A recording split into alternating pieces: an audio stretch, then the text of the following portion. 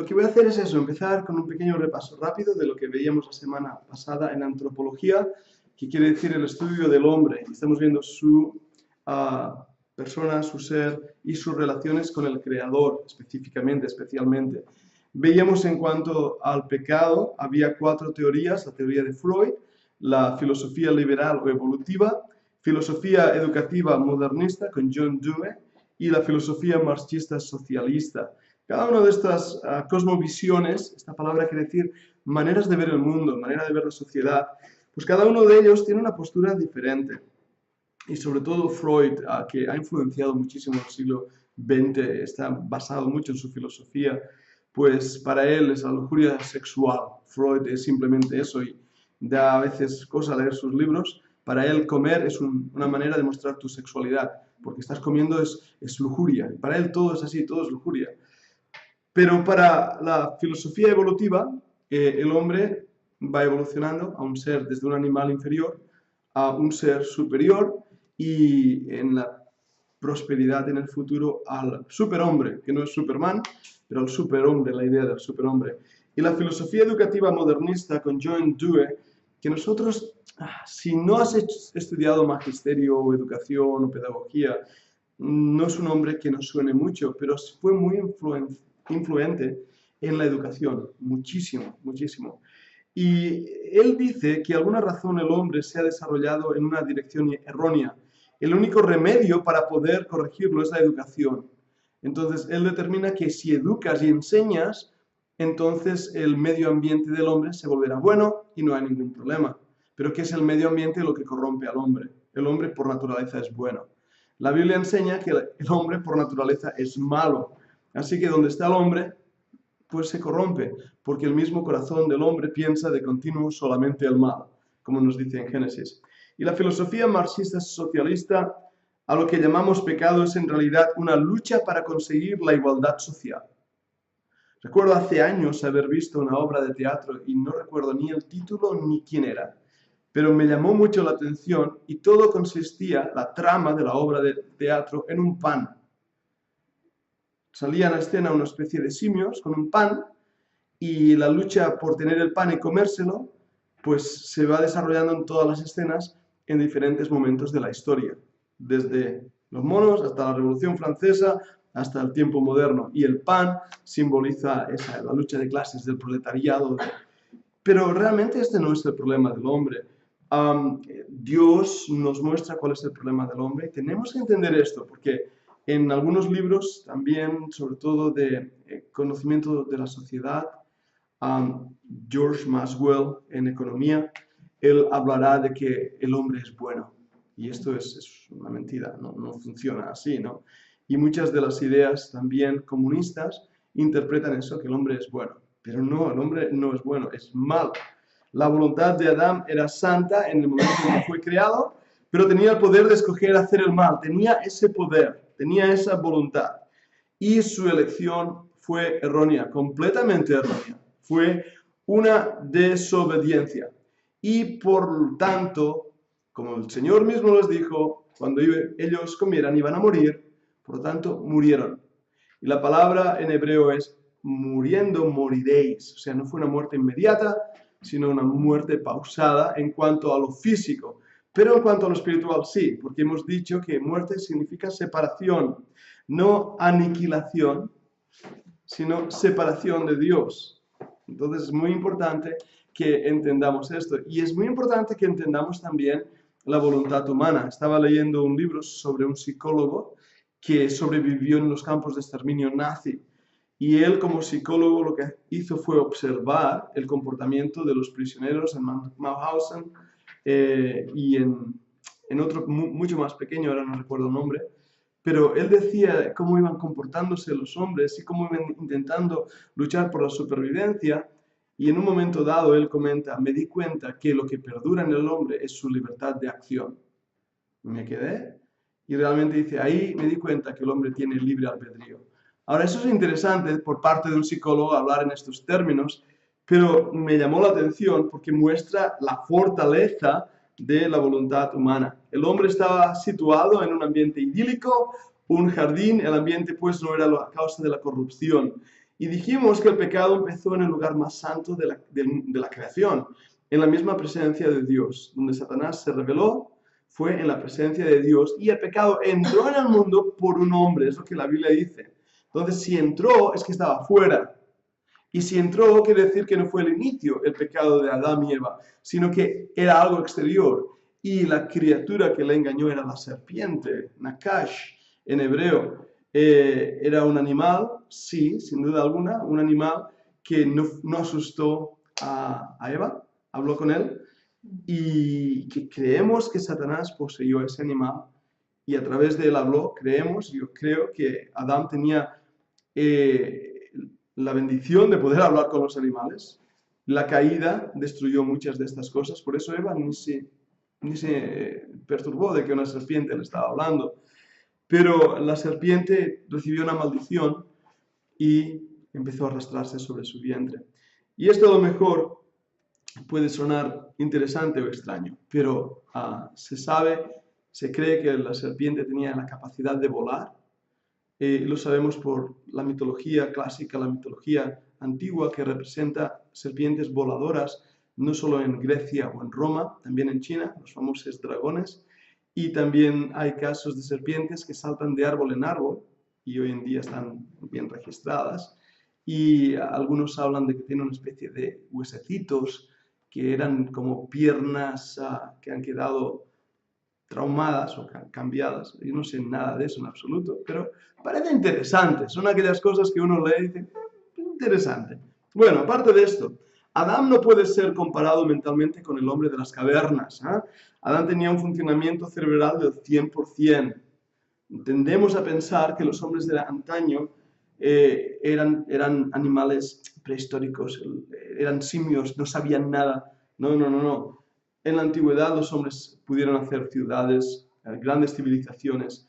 Hoy en día nos quedamos asombrados de las cosas que ellos sabían, y aún hoy en día no hay respuestas a cómo se construyeron las pirámides en Egipto, no hay respuestas a cómo se construyeron algunas de las pirámides en las culturas precolombianas o precolombinas en Sudamérica. Los incas y los aztecas utilizaban metodología arquitectónica que son increíbles.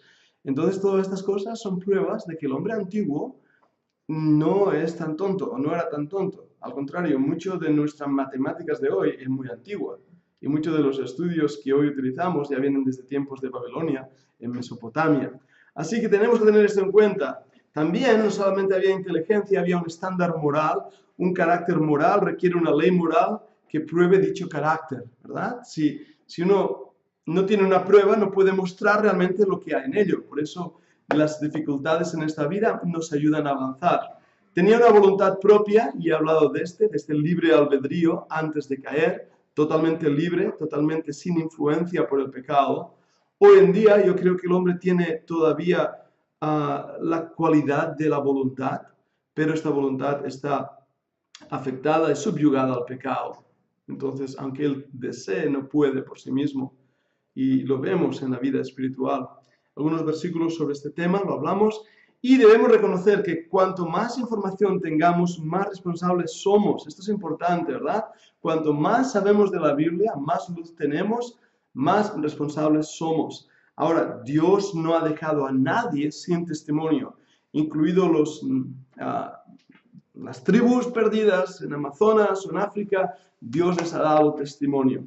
Tenía también un estándar moral, una voluntad propia y información, conocimiento. Así que esto es un poquito lo que estábamos hablando la semana pasada, intentando ubicarnos en el tema de la antropología, viendo las características del hombre, de cómo es, de cómo piensa, de cómo actúa, de cómo cayó. Ahora, una pregunta que va a venir rápidamente a nuestras mentes es, ¿por qué? ¿Por qué Dios les puso una prueba a Adán? ¿Era necesario? ¿Era necesario? ¿Qué propósito tenía el Señor? ¿Es realmente esto muestra de su amor genuino? ¿No hubiera sido mejor tal vez no haber puesto una prueba? ¿Tal vez impedir la entrada del diablo? ¿No hubiera sido mejor hacer alguna cosa? ¿Por qué lo hizo así el Señor? Son preguntas. Y desde el inicio de la Fundación Bíblica siempre le he dicho a mis estudiantes que no debemos tener miedo de hacer preguntas. Lo que a mí me da miedo son las respuestas. Eso es lo que me preocupa. Debemos hacer que el estudiante piense. La meta de un profesor es que el estudiante llegue a ser un pensador.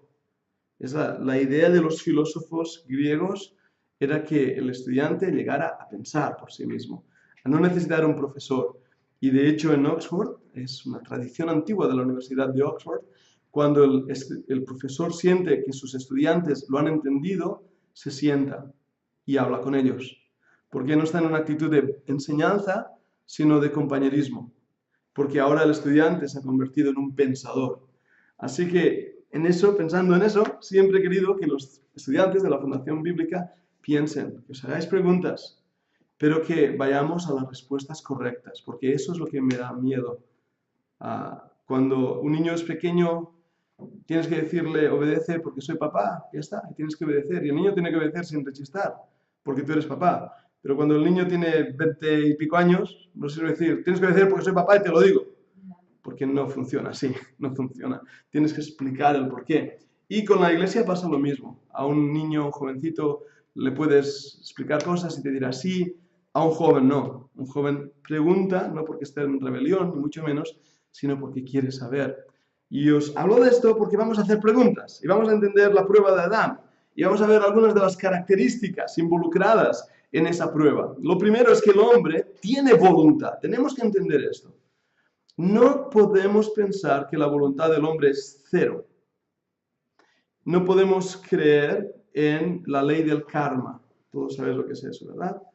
No podemos pensar que hay una fuerza del sino, donde Dios de una forma arbitraria pone a cada hombre esclavo de su destino y que no hay manera de escapar de ese destino.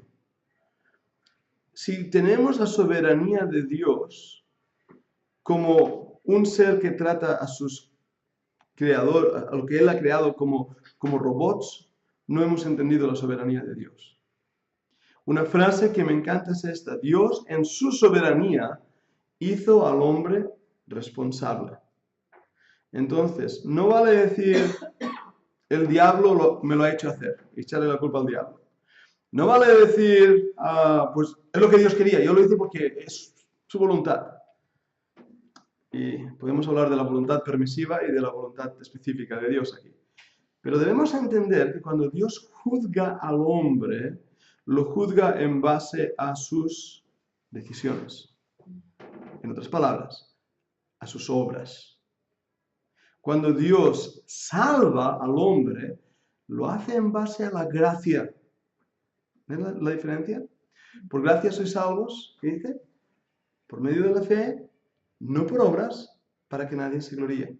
Así que somos salvos por gracia, no hay duda alguna. Pero somos condenados por las obras. Y la Biblia manifiesta que todo hombre será juzgado por sus obras. Y habla de buenos y malos, y habla de justos e injustos. Y por supuesto, no es que seamos salvos por las obras, sino que somos salvos por aceptar a Jesucristo como Salvador personal. Y diciendo esto, no ofendo ni a calvinistas ni a arminianos, porque es verdad. Ningún escogido puede ser salvo a menos que confiese que Jesucristo es el Señor y que Dios le levantó de los muertos. A menos que se arrepienta y crea, aunque sea escogido. Y si es escogido, lo hará. Es un pensamiento circular. Pero el hombre es juzgado por sus obras. Ahora, tiene también carácter. Tiene carácter. ¿Qué quiere decir carácter? Porque la palabra carácter es... Hablamos de las características de una cosa, ¿verdad? Los griegos desarrollaron una metodología de carácter. Se conocen como los 4 caracteres básicos: sanguíneo, melancólico, flemático y colérico. Y fueron los griegos quienes determinaron como el color de cada persona.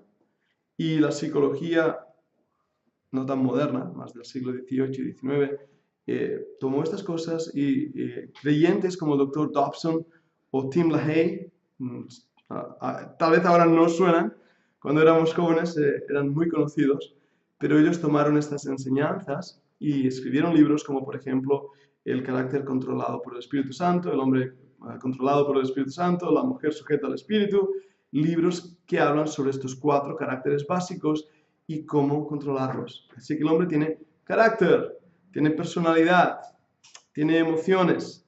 Y eso es muy importante, porque eso hace un ser. Emociones, personalidad, voluntad y, cuando digo carácter, conocimiento de uno mismo.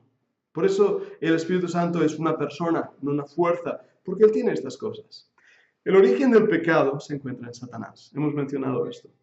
El pecado de Satanás fue el orgullo. Fue el orgullo. Pero el pecado de Adán fue el no escuchar. Adán cometió un pecado adámico, como cabeza y representante de la raza humana. Ahora, esto es muy importante que lo entendamos. El pecado de Satanás, según lo vemos en Ezequiel 28, Isaías 14, fue el orgullo. Hay 5 expresiones que muestran la voluntad de Satanás. Él tenía voluntad. Lo leemos ahí en Isaías 14. Subiré, seré semejante al Altísimo, a los lados del aquilón me sentaré. Y cuando leemos eso, vemos claramente que su objetivo era ser igual que el Espíritu Santo, las nubes, delante del trono de Dios, el Espíritu de Dios representado en esa forma, y seré semejante al Altísimo, es Dios mismo. Él quería ser semejante al Padre, al Hijo, al Espíritu Santo, quería ocupar el lugar de Dios. Y el orgullo, nos dice Ezequiel, como su corazón se llenó porque había sido creado tan perfecto. Por lo tanto, podemos decir que el pecado de Satanás fue un pecado espiritual, de carácter. Ahora, a nosotros como humanos nos asusta el adulterio, nos asusta el asesinato, ¿verdad? ¡Qué pecado tan horrible! Ha matado a alguien. Dios, por lo que veo en su palabra, castiga más el orgullo. Y no digo que el otro esté bien, pero entended lo que quiero decir. Porque el pecado satánico no tuvo perdón. Dios perdona cualquier pecado de los hombres, pero los ángeles los ha condenado, los sacó de su presencia y los echó de su presencia y un día los echará al infierno. Por lo tanto, el pecado del diablo es imperdonable. El pecado adámico, cuando digo adámico, puedo traducir como humano, es un pecado perdonado bajo la sangre del Señor Jesucristo. ¿Vemos esto? Por eso, cuando David, el rey David pecó de orgullo, cortó con todas las tropas, Dios le castigó duro. No recuerdo ahora, perdonadme mi falta de información, cuántos murieron en esa ocasión, fueron bastantes. Cuando David pecó en adulterio con Betsabé, ¿cuántos murieron? El bebé y el esposo asesinado, murieron 2. Y luego David se casó con ella y continuaron. Pero en el orgullo murieron un montón de sus soldados. Dios castigó enormemente el orgullo. Por eso, como creyente, y aprovecho ahora para decirlo, debemos luchar contra el orgullo como el peor pecado. El Señor nos guarde y nos mantenga un corazón humilde en estas cosas. En cuanto a la serpiente, fue el representante del diablo en el jardín. Vamos a verlo así, ¿de acuerdo?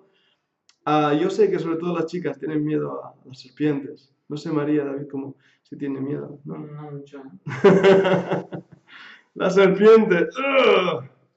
Hay algunos que les encanta la serpiente. Bueno, fue un animal creado por Dios, un animal que es hermoso, pero es interesante porque en el jardín esa serpiente fue el medio que Satanás usó para pervertir la verdad.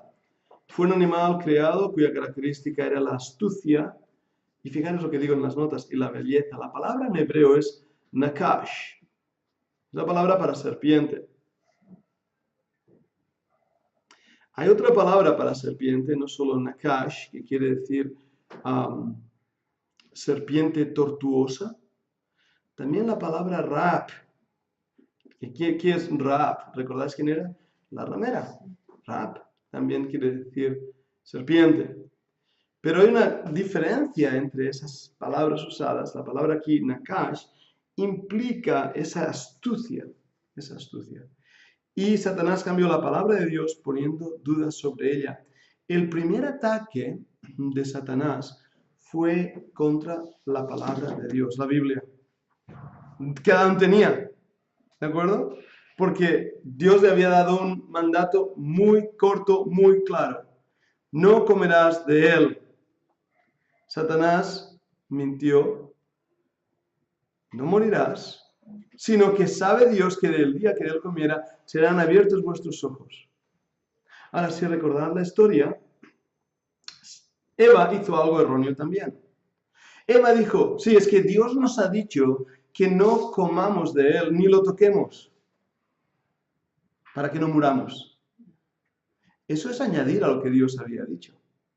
Dios dijo, no comerás de él, no dijo, no lo toquéis.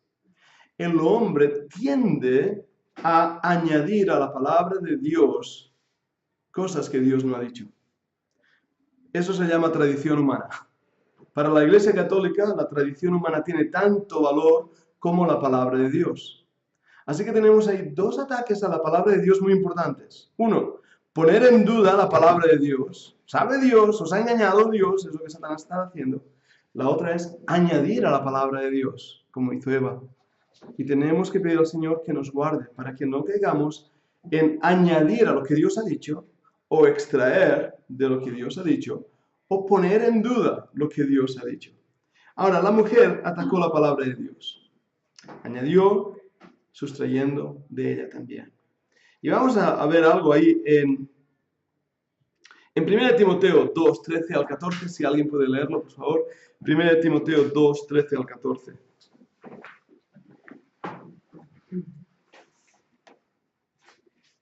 En 1 Timoteo 2, sí.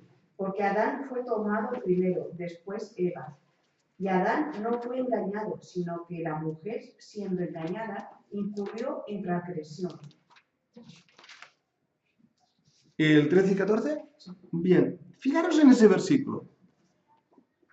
La Biblia es muy clara. Adán no fue engañado. Satanás engañó a la mujer. ¿Sí? Nada que ver con el machismo, nada que ver con eso. Simplemente, Satanás se acerca a la mujer, la engaña. Esa palabra en castellano tiene mucha fuerza. Le hace caer una trampa. Adán no. Entonces, preguntémonos, hagámonos preguntas, como antes decía al inicio de la clase. ¿Por qué Adán comió? Si Adán no es engañado, si Adán sabe lo que Eva le está dando, y Adán sabe que ella comió y le dio también a su marido, es lo que la Biblia dice. La pregunta es, Adán, ¿por qué? ¿Entendéis? ¿Por qué? ¿Os habéis hecho esta pregunta alguna vez? Adán no fue engañado, la Biblia lo dice claramente. Eva sí. Eva fue engañada. Algo ha pasado ahí a mí. A ver si ahora lo recibís. ¿Estáis pensando? ¿Os estoy animando a pensar? Si hacemos paralelismos, si buscamos más en la Escritura, descubrimos que Cristo es llamado el segundo Adán. Ahora, vemos que hay paralelismos, porque en Adán todos mueren. El primer Adán desobedeció, el pecado entró a los hombres, por cuanto todos pecaron, están destituidos de la gloria de Dios.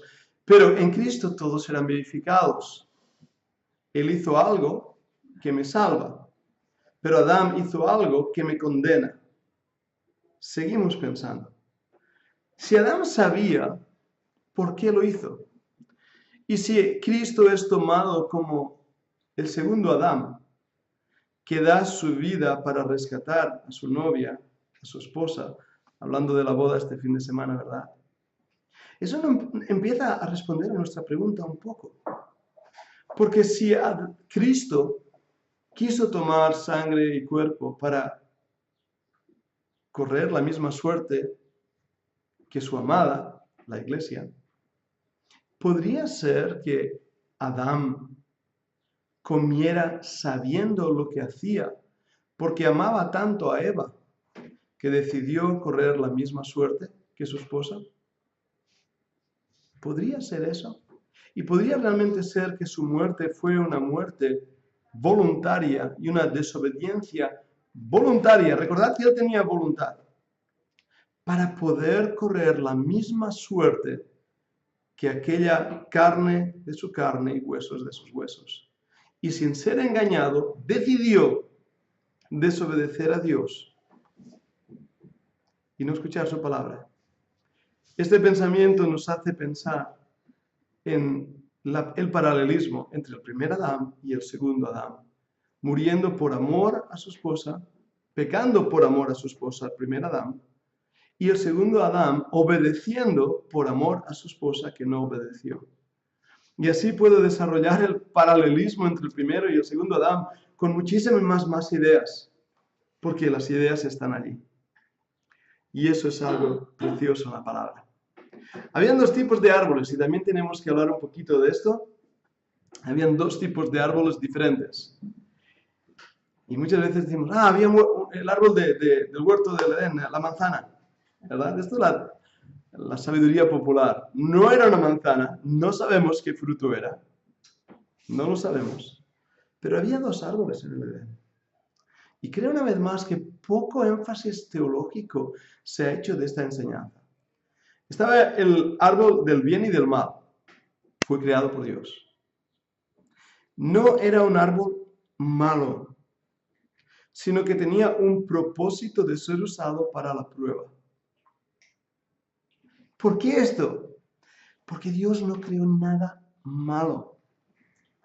Nada malo.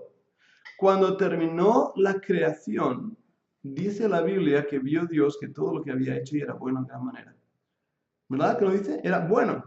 Si todo lo que había creado era bueno, lo que él puso ahí, un árbol del bien y del mal, era bueno. Era bueno. Pero tenía un propósito.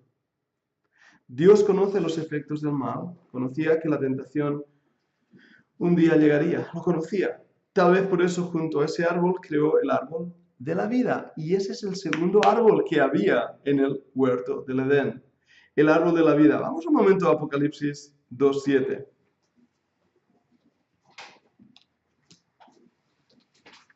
Y alguien, por favor, que lo pueda leer ahí. El que tiene oído, oiga lo que el Espíritu dice a las iglesias. Al que venciere, le daré a comer del árbol de la vida, el cual está en medio del paraíso de Dios.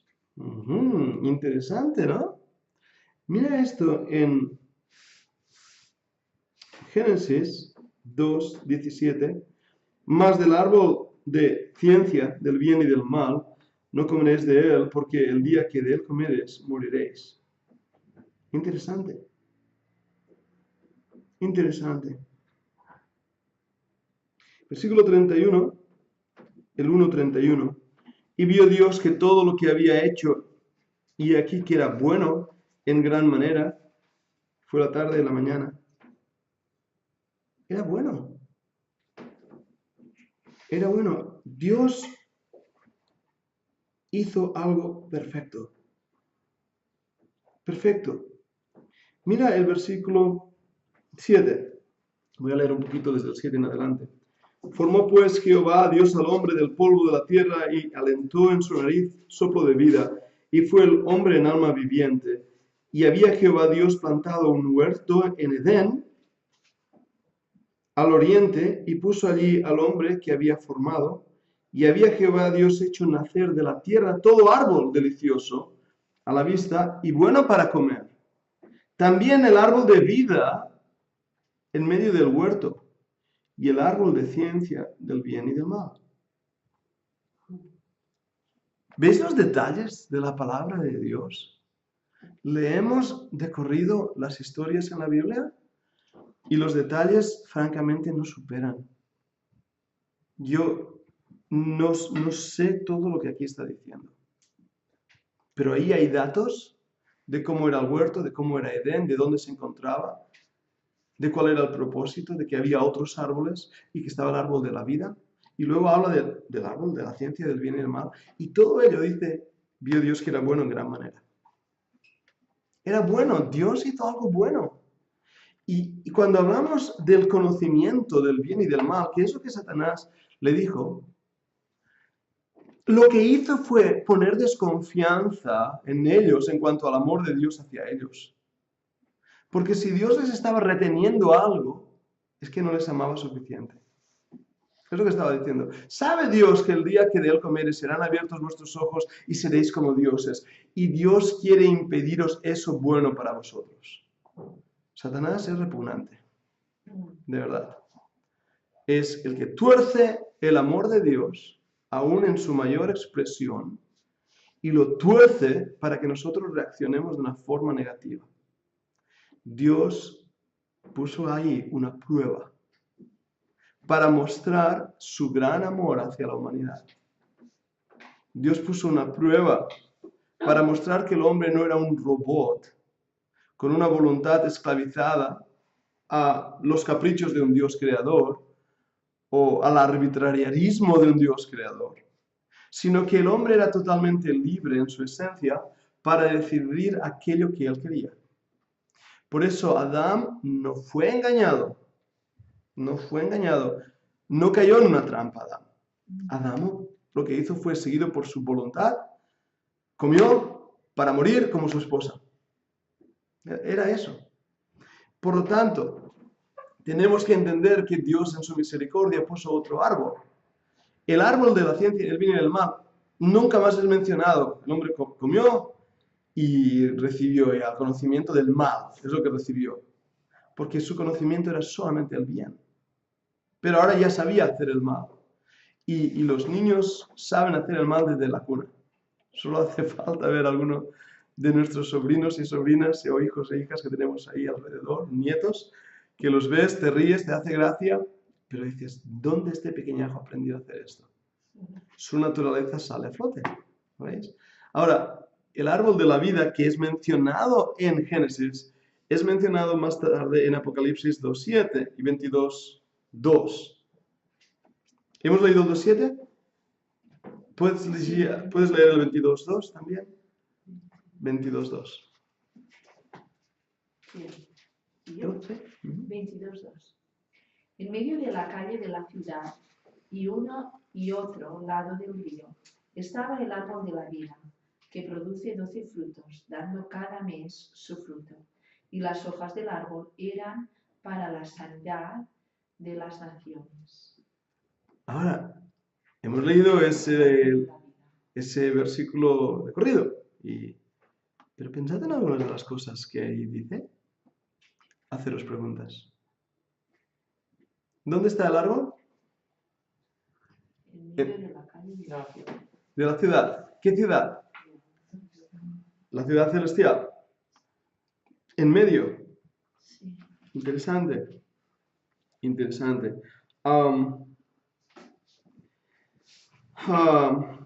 Había un huerto en Edén al oriente y puso allí al hombre que había formado y había dicho nacer todo de la tierra, todo árbol delicioso, también el árbol de la vida en medio del huerto.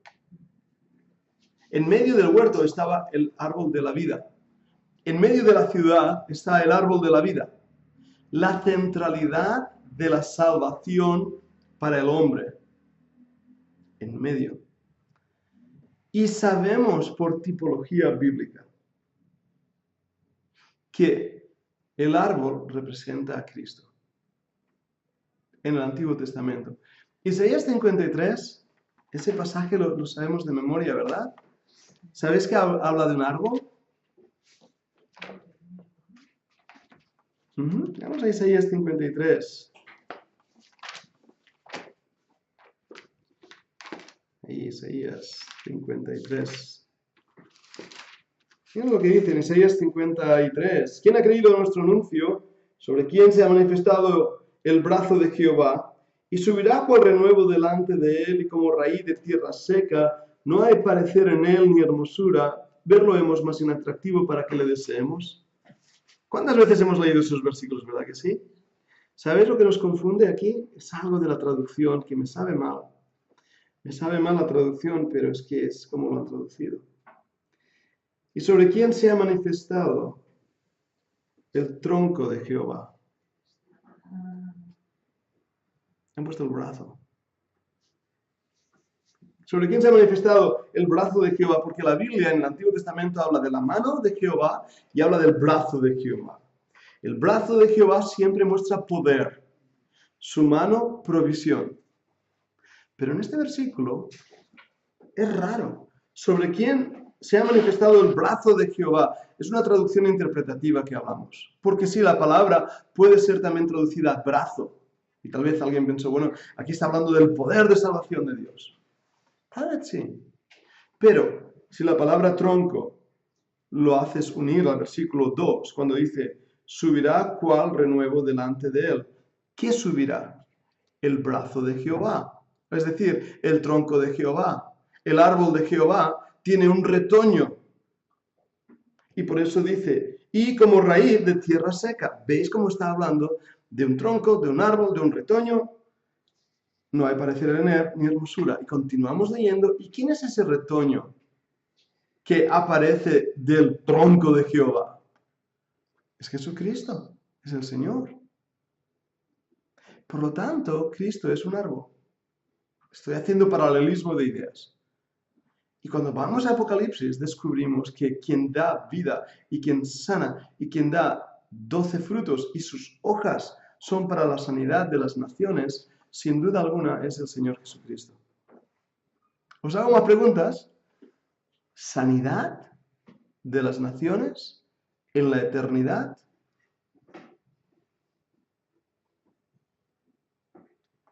¿Lo habéis visto? Habrá naciones que necesitarán ser sanadas, no sé de qué, pero necesitan comer de ese fruto de sanación. ¿Cómo lo interpretamos esto? ¿Alegóricamente, simbólicamente, espiritualmente o literalmente? ¿Queréis la respuesta? ¿Tomad nota? No lo sé. No lo sé. Pero son cosas que a veces leemos y no paramos a pensar. Y lo dice ahí claramente. Entonces, según la interpretación, dice, bueno, esto es poesía, esto es simbólico, esto es espiritual. A lo mejor no. Porque hay una conexión de ideas desde el Génesis hasta el Apocalipsis, mostrando que el hombre necesitaba ser sanado, comer del árbol de la vida, que lo hubiera mantenido en una relación perfecta con Dios. El hombre desobedeció, comió del árbol de la ciencia del bien y del mal, entró el pecado y al final de la historia de la humanidad, ¡pum!, vuelve a salir el árbol de la vida. Bueno, pero el árbol de la vida en Edén no es destruido, ¿No? Es cortado. No, es protegido. Es protegido. Por el ángel para que el hombre no, y lo dice ahí, si podéis verlo, vamos un momento a Génesis, para que veáis ese paralelismo de ideas, que es tremendo. A ver quién es el primero que lo encuentra. Después de la caída. 3:24, ¿no? 3:24. Para que la Guardar el camino. 3:22. 3:22, Joel, léelo, por favor. Y dijo que hay aquí un hombre, que el hombre es como uno de nosotros, sabiendo el bien y el mal. Ahora pues, que no alargue su mano y toma también el árbol de la vida, y coma, y viva para siempre. Y lo sacó Jehová del huerto del Edén, para que labrase la tierra. Que echó pues fuera al hombre y puso el oriente del huerto del Edén, querubines y espadas encendida que resolvía por todos lados para guardar el camino del árbol de la vida. ¡Wow! ¿Qué quiere decir? Pues sí, Wow, claro. El árbol de la vida sabemos que es Cristo, que simboliza a Cristo. Pero también pensamos que es literal, que hay un árbol de la vida que estaba en Edén, que fue protegido, que fue guardado y que no sabemos qué pasó con él. Porque después la tierra será juzgada y destruida en el diluvio. Y los hombres serán esparcidos por toda la tierra. Y seguramente en el diluvio se fue todo, se destruyó todo el huerto de Edén. Puede ser que fuera Cristo que sustituyese a ese árbol de la vida. Claro, en la tipología bíblica vemos que sí, que quien da la salvación es Cristo. Pero aquí nos llama mucho la atención, y fijaros también, leemos con cuidado la Escritura, porque esto nos ayuda a ver, por ejemplo, la Trinidad. Y dijo Jehová Dios, he aquí el hombre es como uno de ¿quién? De nosotros. ¿Habéis notado eso? Sí, Como uno de nosotros. ¿Quién es nosotros? la Trinidad. Claro. Es como uno de nosotros, sabiendo el bien y el mal. Sabiendo el bien y el mal. Ahora pues, porque no alargue su mano y tome también del árbol de la vida y coma y viva para siempre. Claro, si Adán, al ser uno como de ellos, de la Trinidad, tenía que saberlo también todo. Por eso decíamos antes que su conocimiento era amplio, pero el pecado va a destruir ese conocimiento. Por eso encontramos en Génesis capítulo 6 que dice que el pensamiento continuo del hombre es solamente el mal. Él, en vez de saber el bien y el mal, ahora el mal. Y el corazón del hombre es engañoso sobre todas las cosas, nos dirá la Biblia. Así que ahora la mentalidad del hombre, el conocimiento del hombre va a ser totalmente entenebrecido, oscurecido por el pecado y solamente va a pensar el mal. Así que ahora, leyendo estos versículos, yo voy con cuidado porque me crea preguntas. Lo que pasa es que muchos han resuelto esto y han dado respuestas totalmente inventadas, sacadas de no sé por dónde, que pueden ser muy peliculeras y muy interesantes y muy para hacer vídeos de YouTube y todas esas cosas, pero que no sabemos. ¿Me entendéis lo que quiero decir? O sea, hay cosas que yo sé en la palabra de Dios y estoy seguro de ellas porque están claramente reveladas, y hay otras que están muy difuminadas. Y esta es una de ellas. Sabemos que había un árbol del bien y del mal. Sabemos que había el árbol de la vida. Era otro árbol. Comieron del bien y del mal. El árbol de la vida fue protegido por querubines, seres angelicales, con espada ardiendo. ¡Wow! La espada en la Biblia, ahí es la primera vez que aparece, pero va a ser interesante descubrirla a través de toda la Biblia. Y la siguiente ocasión en la Biblia donde encontramos el árbol de la vida, en Apocalipsis. El inicio de la historia de la humanidad y el final de la historia de la humanidad. Y habla de naciones. Habla de naciones que necesitan ser sanadas. Interesante. Bueno, no vais a poder dormir hoy con estas preguntas. Avanza un poquito más. Sí. Las Escrituras enseñan claramente que nuestros primeros padres fueron tentados mediante la desobediencia de los mandatos específicos de Dios. Nosotros debemos creer a Dios y obedecerle por fe. Siempre hemos dicho que el primer pecado fue desobediencia. No fue otro. Y aún voy a ir más filiprim, como decimos aquí en Cataluña, perfilarlo más. La palabra desobedecer en el griego es upakoe, que quiere decir no escuchar. La desobediencia es simplemente no escuchar. Una vez más, enseñando a los niños pequeños, tenemos que enseñarles a escuchar. Y muchas veces se hacen sordos. Yo estaba el otro día mirando mis gafas de lectura ahí en la universidad. Tienen una de esto más barato y habían traído una máquina para probar los oídos, para ver sordera, ¿no? Entonces nos ofrecieron, ¿queréis mirar vosotros si tenéis sordera? Es gratuita la prueba. Y yo le dije a la enfermera que había ahí, digo, esta máquina mira también la sordera selectiva porque creo que yo tengo. Solo habéis hecho reír la chica. Sordera selectiva, ¿sabes qué es, no? Escuchas lo que quieres escuchar. Pero es lo que a veces pasa a los niños. Y con ellos es lo que pasó. Desobedecieron, dejaron de escuchar a Dios. Dios les dio una restricción, no para que hicieran un voto asceta, ¿entendéis lo que quiere decir asceta? De no como, ni toco, ni gusto, me hago un monje en una cueva, sino para probar su obediencia. Ese era el propósito de la prueba. Quería ver el Señor si ese ser de libre albedrío, si ese ser con una voluntad fuerte y un conocimiento extremo, iba a obedecer en el momento de la prueba. Satanás mostró la prohibición de Dios, pero en ningún momento habló de las bendiciones que Dios había dado. Y ya digo, Satanás es perverso. En vez de mostrar todo lo hermoso que Dios había hecho, todo lo bueno, les enseñó algo que Dios no les había dado. Y hizo todo el énfasis en eso, en lo negativo. Y debido a esto, el hombre receló de Dios. Y al recelar, desobedeció. La palabra de Dios es clara y debe ser respetada. Si Dios nos dice algo, lo dice porque nos ama y sabe que nos va a dañar. Sabe que aquello que Él ha prohibido va a dañar al hombre. Por eso los 10 mandamientos, las leyes, como dice en el Nuevo Testamento, fue nuestro ayo para llevarnos a Cristo. Para llevarnos de nuevo al camino de la vida. Y esta vez, ese camino no estaba siendo protegido por una espada, sino estaba siendo dirigido por una luz. Y voy a hacer paralelismo de ideas. En el tabernáculo, la puerta del tabernáculo era una puerta amplia, ¿lo recordáis? La que estaba afuera. Era una puerta hecha de muchos colores. Todo el tabernáculo es blanco, exceptuando el techo del lugar santísimo, que es marrón y negro, hecha con piel de topo y de camellos. Es un lugar no muy bonito, pero la puerta es multicolora y es amplia. Todos están invitados a entrar.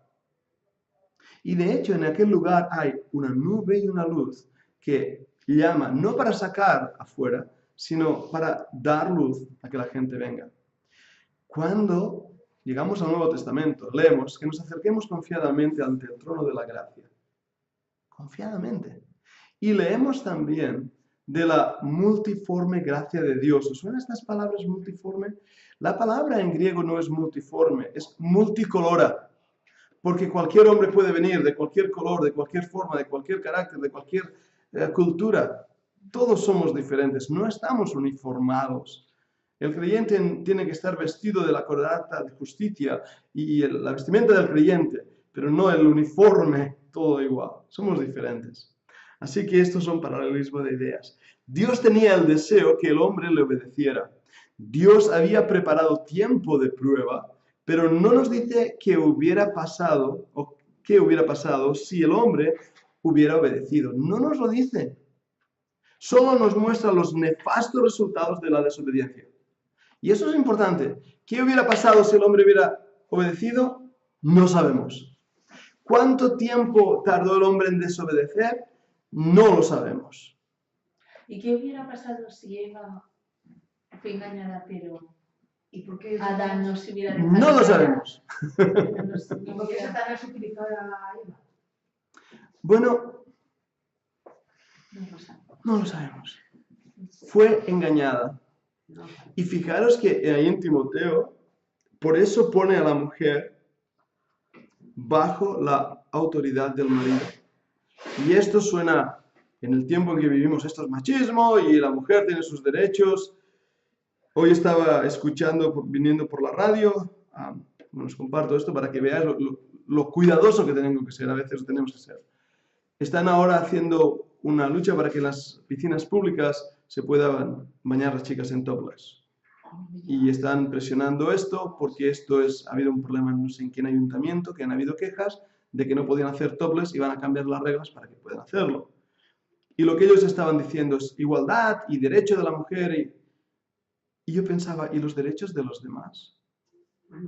Anulados. Entonces, vivimos un mundo así, donde a lo bueno se le llama malo y a lo malo bueno. Entonces, hablar de estas cosas, y más si las subes a YouTube, es como peculiar. Pero debemos entender que si tú vives en una cosmovisión bíblica, tienes que obedecer la Biblia. Y la Biblia enseña que el hombre responde a Dios por lo que hace su esposa. Es así. Y que Eva fue engañada, no el hombre.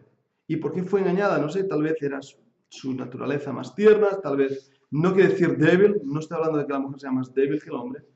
Satanás sabía, Satanás engañó, el hombre no fue engañado. Entonces ahí nos muestra algo interesante. Bien. Es curioso porque Dios descargó más la muerte, es decir, contra el hombre, es decir, no, Eva la nombró por segunda, pero el primero que cogió fue a Adán, ¿verdad? Sí, al hombre. Al hombre. Adán. Pero es interesante porque después, si lees en Génesis, cuando dice que creó Dios al hombre, los puso en el Edén y les llamó, dice, y les llamó Adán. Entonces Adán es una palabra, Adama, rojo, rojizo, para hombre y mujer, para ambos. Al ser humano, vamos a traducirlo así. Esto va a responder a alguna de las preguntas que hacía. Razones por las que el diablo dialogó con la mujer. ¿Por qué con la mujer? Razones que podemos pensar intentando dar respuesta a esa pregunta, ¿de acuerdo? Dios nunca quiso que el hombre se sometiera a los ángeles. ¿Lo habéis notado? Lo dice la Biblia. Dios no quería que los hombres se sometieran a los ángeles.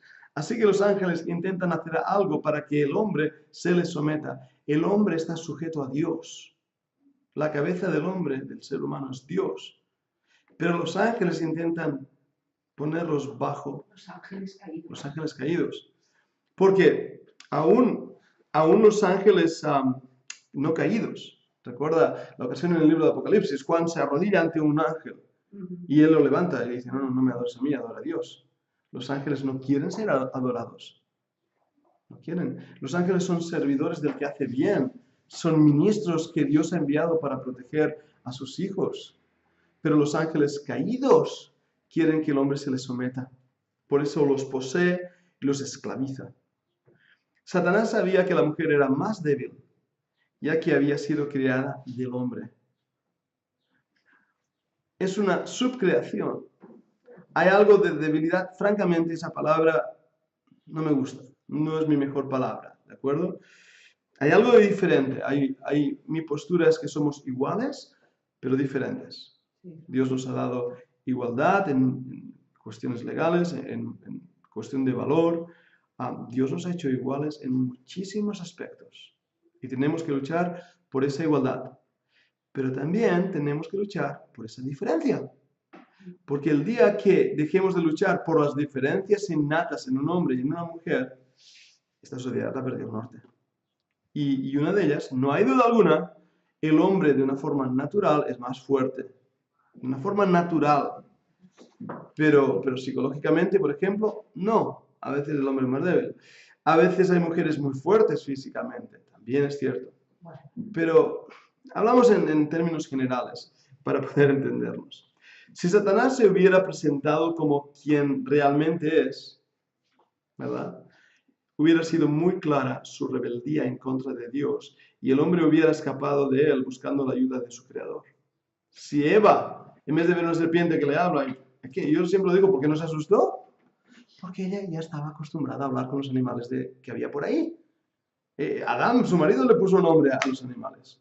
Que los animales hablaban. Se comunicaban. Yo estoy convencido que si mi perra vive 10 años más, habla. No lo creo. No lo sabemos cómo lo hacían, pero había una comunicación, había algo. Eva habla con una serpiente y se queda tan tranquila. Pero si hubiera aparecido un ser angelical, hubiera sido diferente.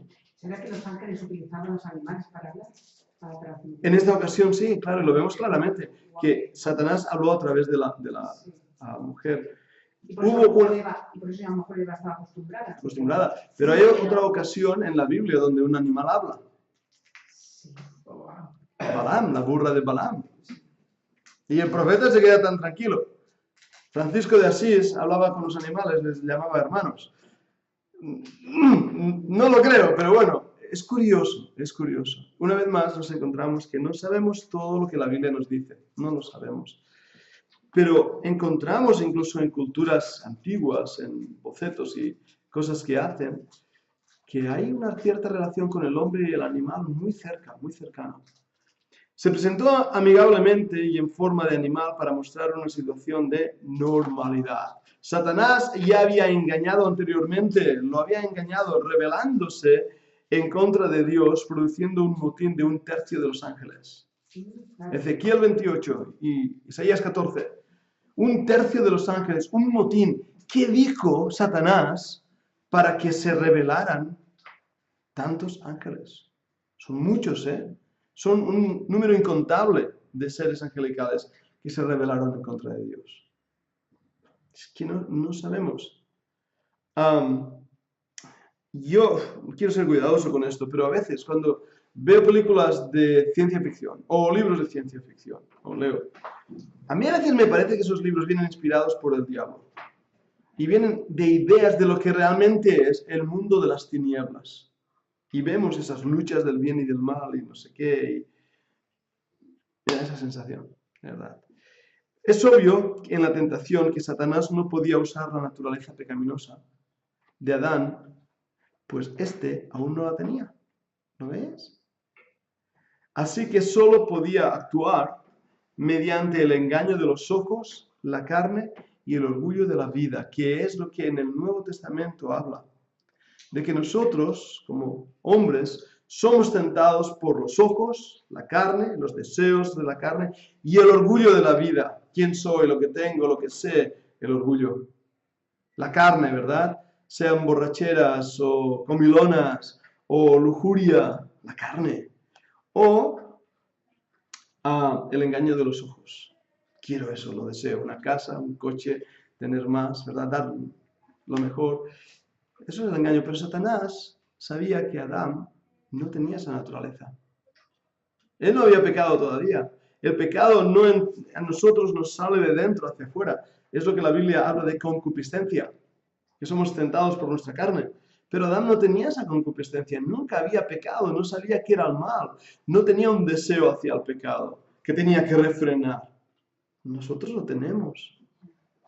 Nos empuja. Pablo, el hombre más espiritual que yo puedo pensar en el Nuevo Testamento, dice, maldito hombre de mí, ¿quién me librará de este cuerpo de muerte?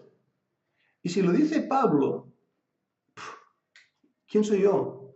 ¿Quién soy yo? ¿Vale? Hablando del divorcio, de la carta de repudio, dice que Moisés, el Señor Jesucristo, dio la carta de repudio por la dureza de vuestro corazón. O sea, la dureza del corazón continuamente aparece en la Biblia. Romanos dice, todo el día extendí mi mano a un pueblo rebelde y contradictor, hablando de Israel. ¿Quién entenderá el corazón? Engañoso es más que todas las cosas y perverso. Eso es el corazón del hombre. Ahora, la mujer, hay 7 estados que marcaron a la mujer. Y ahora debo apresurarme, he dicho que no iba a terminar antes y me parece que estoy llegando a mi límite de tiempo. Déjame ver mi tiempo, bien. Estoy llegando a mi límite de tiempo. Vamos a ver esos 7 puntos rápidamente. Perder el tiempo en el terreno de la tentación. No pierdas el tiempo. Si eres tentado, lárgate. Punto. Es así de rápido. Si estás viendo algo que no debes ver, vete. Si viene una mujer, haz lo que hizo José en Egipto. Corre. ¿Ah? Si quieres robar algo, métete la mano en el bolsillo y vete. Huye. En segundo lugar, relajamiento y falta de cuidado en contra de la tentación. No te relajes. Estamos en una batalla. La vida cristiana es una guerra y debemos luchar. Escuchar falsas acusaciones provienen de un animal no sometido.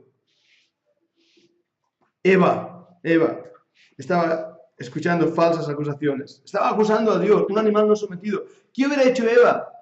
¿Tú quién eres, animal, para decirme esas cosas? Pero escuchó a un animal. Escuchar sin fe el pacto que había hecho con Dios.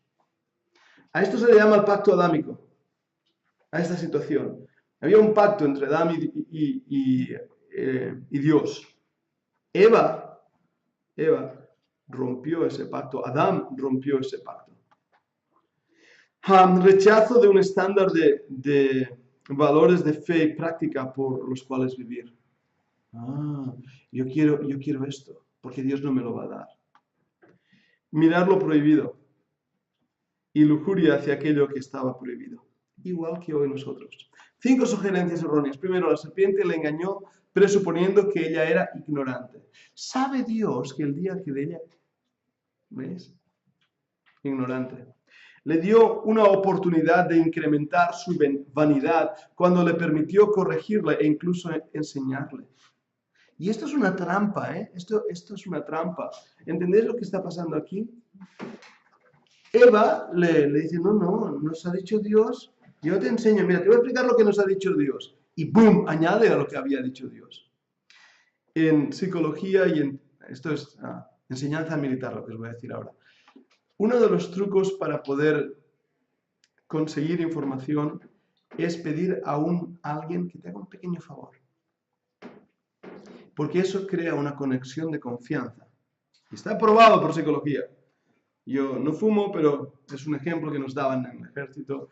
Estás en un lugar, quieres pedir información, te sacas un pitillo y, oye, David, ¿me pasas Como si no te conozco, no. Oiga, perdone, ¿tiene fuego? Pasas el fuego y empezamos a hablar. Te relajas, te saco información. ¿Sí? ¿Puede aguantarme este momentito? Hay confianza. Eso entre los hombres, pero con esto es lo mismo que hizo Eva con la serpiente. Creó confianza con un animal que no estaba sometido. Satanás usó el término Elohim en vez del término del pacto Jehová. Y esto es interesante. En hebreo se ve muy claramente. Seréis como dioses. Seréis como Elohim, sabiendo el bien y el mal. De esta manera presentó el Creador como alguien muy distante.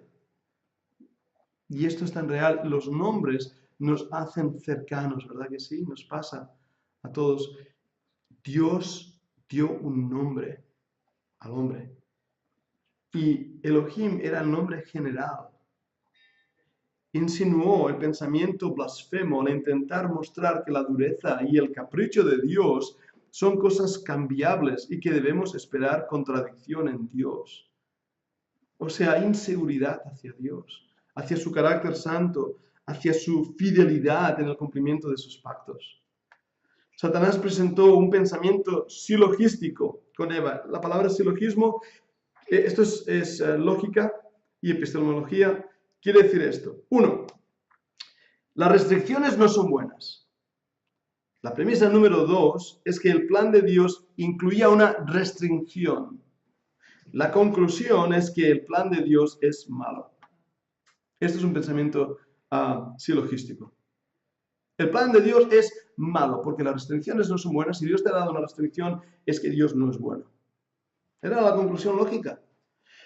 Ahora, en Deuteronomio 6, 23 y 24 nos muestra que las restricciones son para nuestro propio bien. Si alguien puede leer ahí Deuteronomio 23 y 24.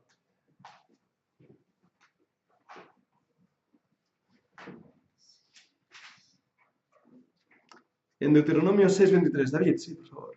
Y nos sacó de allá para traernos y darnos la tierra que juró a nuestros padres. Y nos mandó Jehová que cumplamos todos estos estatutos y que temamos a Jehová nuestro Dios, para que nos vaya bien todos los días y para que nos conserve la vida como hasta hoy. ¿Habéis visto? Ahora, algo que tenemos que ver es que Dios, que lo sabía todo, sabía que el hombre iba a caer. Y proveyó el árbol de la vida para solucionar el problema. Si no hubiera habido una provisión, el pecado adámico hubiera sido igual que el pecado satánico. Satanás cayó, fue expulsado y será condenado. No hay salvación para el diablo y sus ángeles. El hombre cayó y hay esperanza. Ahora me dirás, pero el Señor protegió para que no comiera el árbol de la vida. En ese momento lo hizo. Porque su ofrecimiento fue más tarde, cuando le dice al hombre, ven y come. Ven y come. Del Señor Jesucristo, que se nos dice de él, yo soy la vid verdadera. El árbol de la vida. La vid verdadera, un paralelismo de ideas tremendo. ¿Cuáles son los resultados de la caída? 4 juicios, rápidamente. Hacia la serpiente, hacia la tierra, hacia el hombre en el trabajo y hacia la mujer en concepto y autoridad bajo el hombre y también en dolor teniendo sus hijos, lo cual implica que no había tenido hijos hasta ese momento, porque la profecía es clara, con dolor darás a luz tus hijos. ¿Cómo iba a ser antes? No lo sé. No lo sé. A lo mejor el embarazo, en vez de haber durado 9 meses y tener un bebé con un cabezón grande, pues a lo mejor hubiera durado, yo qué sé, 2 semanas de tener un bebé chiquito. No lo sé, ¿de acuerdo? No lo sé. Cómo Dios lo había planeado originalmente. Pero el resultado de la caída fue dolor en el parto. El resultado no fue el trabajo, el juicio. Dios puso al hombre en el huerto para que lo labrara y lo cuidara. Eso implica trabajo. El juicio fue con sudor, trabajar, no conseguir el resultado que quieres y sufrir en ello. Por eso el trabajo no es malo, no es malo. La tierra produce los cardos, la serpiente que se arrastra. 3 separaciones. Del árbol de la vida de Cristo, del jardín, será expulsado del jardín y de la presencia personal de Dios. Trajo la muerte, literal, dice, muriendo moriréis, Génesis 2:17, una muerte física. En el momento en que ellos comieron empezaron a morir. La separación del cuerpo y el espíritu, Eclesiastés 12:7 y Hebreos 9:27, y una muerte espiritual, separación de una relación personal con Dios, Isaías 59:2, 59:2, Juan 5:24, 11:25. Podéis mirar esto más tarde. Y por último, una muerte eterna, Apocalipsis 24:10. La muerte quiere decir separación, no quiere decir destrucción. El infierno no es simbólico. La muerte no es simbólica. La muerte no quiere decir duermes y ya está, y el espíritu regresa a Dios y ya está. No. Nosotros ya somos seres eternos, creyentes e incrédulos. En el momento en que nuestro espíritu y alma están ahí y se unen a un cuerpo, somos seres eternos. Y cuando tengamos un cuerpo glorificado, aún más. Adán trajo muerte al mundo, pero el último Adán trajo la vida. Y eso lo vemos en 1 Corintios 15, 45 al 47, ese versículo que os decía que Cristo es el segundo Adán. Génesis 3:15 nos muestra la primera mención del plan de Dios para la salvación del hombre. Y este Génesis 3:15 le llamamos muchas veces el protoevangelio. El protoevangelio. Si lo leéis ahí en Génesis 3:15, y enemistad pondré entre ti y la mujer, entre tu simiente y la simiente suya, y ésta te herirá en la cabeza, y tú le herirás en el calcañar. Ese versículo es tremendo. Es la primera mención del Evangelio. Y fijaros que habla de tu simiente, la simiente de la serpiente, injustos, pecadores, y la simiente no del hombre, ¿lo habéis notado? La simiente de la mujer. Es un nacimiento virginal, por eso no hay simiente del hombre. Por eso dice la simiente de la mujer, no del hombre. Y tú le herirás en la cabeza, tú le herirás, perdóname, en el calcañar, el tobillo, donde Cristo fue herido por nuestros pecados, pero en su muerte Cristo pisó la cabeza del diablo, venciendo sobre el pecado, la muerte y Satanás. Así que esto es, a grandes rasgos, algunas de las respuestas que podemos dar a nuestras preguntas, y os animo a que estudiéis más, podáis leer, a lo mejor en algunos de los libros de teología sistemática. He subido todas estas notas a nuestra página de MOL, ahí en los cursos lo vais a encontrar, y de esta manera podéis bajarlo también en PDF. Y si no, os paso el link, si hace falta, os pasaré el link. Muy bien, pues ha pasado la hora, así que tengo que terminar aquí la clase. No sé si hay alguna pregunta.